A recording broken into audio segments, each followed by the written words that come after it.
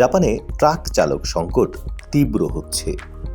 এই সংকট মোকাবিলায় বাংলাদেশের কর্মীদের জন্য এসেছে দারুণ সুখবর।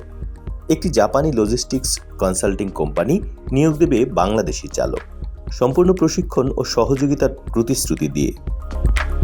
ফোনাইসুকেল লজিস্টিক্স নামে জাপানের কোম্পানিটি এবছরই বাংলাদেশে চালাবে 3টি নিয়োগ ক্যাম্পেইন।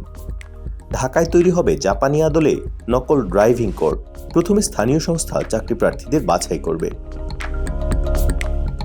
এরপর জাপান থেকে নিয়োগকর্তারা এসে নেবেন সাক্ষাৎকার।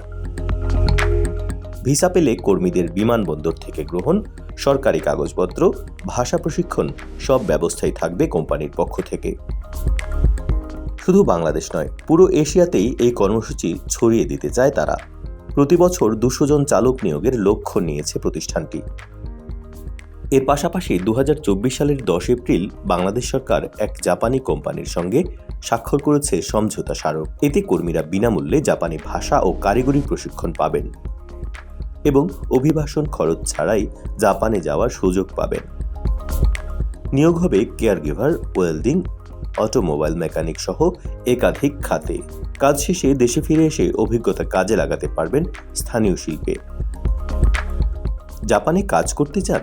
এখনই শুরু করুন প্রস্তুতি। সরকারি প্রশিক্ষণ কেন্দ্রে যোগাযোগ করুন, জাপানি ভাষা শিখুন আর অপেক্ষা করুন সুযোগের দরজায় কড়া নাড়ার।